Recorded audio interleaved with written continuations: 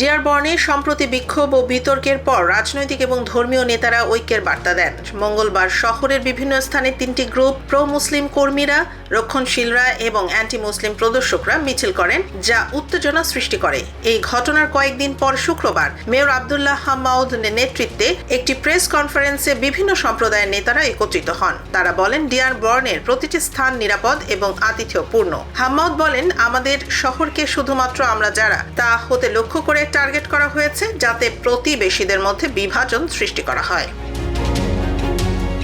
উপরন্তু কংগ্রেস সদস্য রাশিদা তালিব এবং মিশিগানের লেফটেন্যান্ট গভর্নর গার্লিন গিলক্রিস্ট রাজনৈতিক সহিংসতা ও বিদ্বেষবাদের বিরুদ্ধে সচেতনতা বৃদ্ধির আহ্বান জানান। আল্টার রোডে অনুষ্ঠিত এই প্রেস কনফারেন্সটি শহরের বহু ধর্মের স্থানগুলোর সামনে অনুষ্ঠিত হয়, যা সহাবস্থানের প্রতীক হিসেবে গুরুত্বপূর্ণ। বক্তারা সকল নাগরিককে আহ্বান জানান, যে কেউ একের বিরুদ্ধে আসে তা সকলের বিরুদ্ধে আসে। ডিয়ারবর্নের নেতারা একত্রিত হয়ে সমাজের শান্তি, সংহতি ও পারস্পরিক শ্রদ্ধার বার্তা প্রচার করেছেন।